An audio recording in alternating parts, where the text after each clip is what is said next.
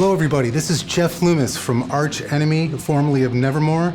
I'm here today in California to talk to you about my brand new signature Jackson SL7.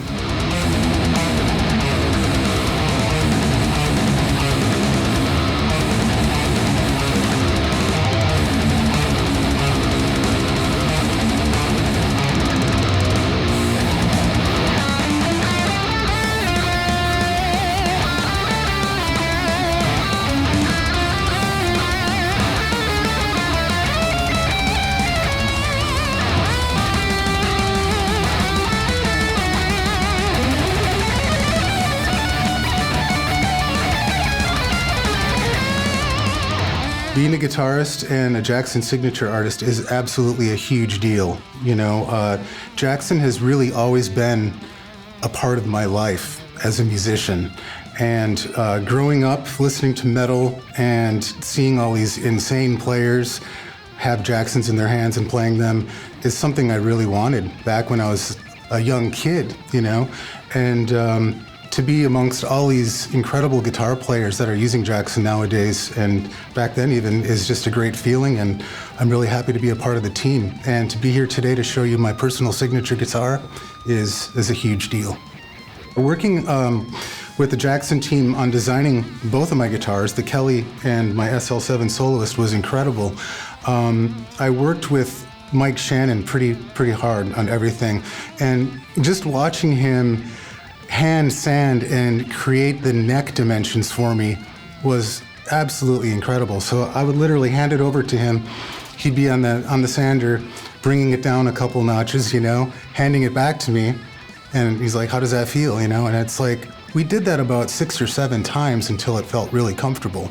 And to be able to create something like that just from the bottom up, you know, is just unbelievable. And it turns out that it is exact to what I need as a player with the aggressive form of music that I play, and it's exactly what I need. So the development process was a little bit hard, but at the end, it was exactly what I wanted for my personal instrument. Let me give you some specs on this guitar. Starting with the body, we have a basswood body with a sandblasted ash top, satin finish running all the way through the body, through the neck, on the back. You'll notice the simplicity of the guitar. It's something I really love. You know, there's not a bunch of knobs, really. One volume, one master volume, and then one 3-way toggle switch. The reason I have the toggle switch close and not the volume here is because I'm constantly switching pickups when I'm playing leads live, so I like to have that right there to use. We have a Floyd Rose 1500 tremolo system here with a push-pull arm. Pops in, pops out. The reason I like this is because rather than the screw-on type arm, it loosens up, you know?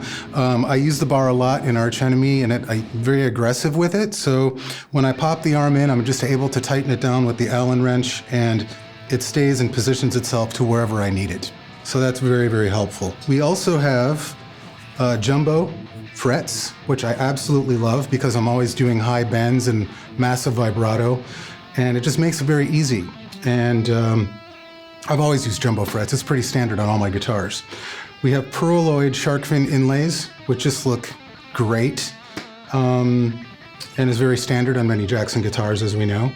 We have Luminlay side dots, which are extremely helpful on dark stages with smoke and lights going on. You know, it's very helpful to see where you are and to navigate around the fretboard when you're playing live. So that's very, very helpful. Another feature on this guitar that you'll see on my other guitar as well is the wheel truss adjustment. And this is great for, you know, if you're flying and doing fly-in shows and your guitar happens to move a little bit on an airplane or weather situations. I literally just take an Allen wrench, stick it in there, twist it a quarter turn, and it's just right back to normal. So that's very helpful and very convenient, I would say, in a touring situation. Binding around the whole body, which really makes the guitar pop, you know? So it's like around the body, around the neck, and it just looks absolutely excellent. To round things off, we have a 3-piece maple graphite reinforced neck. which just gives the guitar an incredible amount of stability, and it's a very tough guitar, so to speak. So you're not going to have much problems with the neck moving on you. The pickups on the guitar are my Jeff Loomis custom Seymour Duncan Blackout pickups. Yeah, with this guitar, I can play anything I basically want. It can be aggressive, it can be very melodic and laid back. I will give you demonstrations of how I go about doing this in a song called Lachrymose by Conquering Dystopia.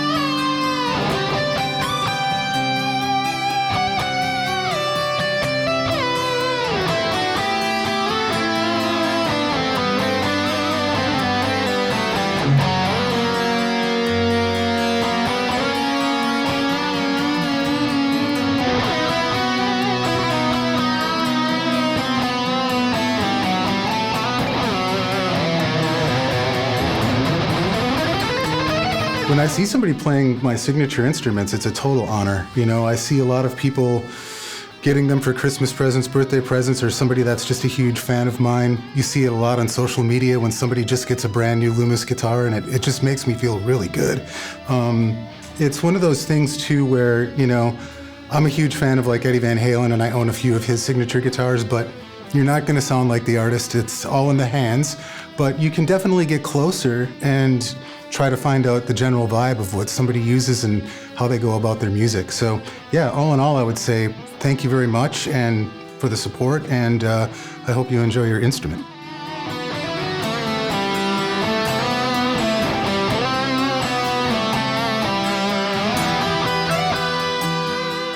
Growing up, some of my Jackson heroes were definitely like, you know, Dave Mustaine from Megadeth coming out, you know, with his King V's and stuff on stage during the So Far So Good, So What album. Seeing him live in concert, it just looks so aggressive, that V that he used. And Marty Friedman with his Kelly back in the day. But ultimately it would have to be Randy Rhoads, you know, watching him play the White Concord and stuff like that, and the signature black and gold Jackson V that he always played.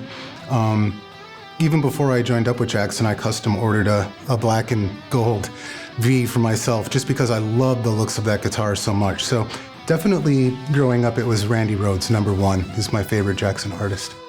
The way that my Jackson was built specifically for me to all my standards was basically something that I designed myself to utilize the needs that I have to have in a live situation with Arch Enemy and for my other projects that I have. So really it comes down to simplicity, you know, with the small things that I need, like just the one volume knob and the one toggle. I don't like messing around with a lot of stuff down there, you know. I just like to have simplicity. So really you just have a very aggressive looking axe, you know, that sounds great, that is very stable tuning wise, which is huge, you know, especially when I play so aggressively live. It's just one of those things that I think came with the creative element of coming up with the ideas that suit my needs for my live performances.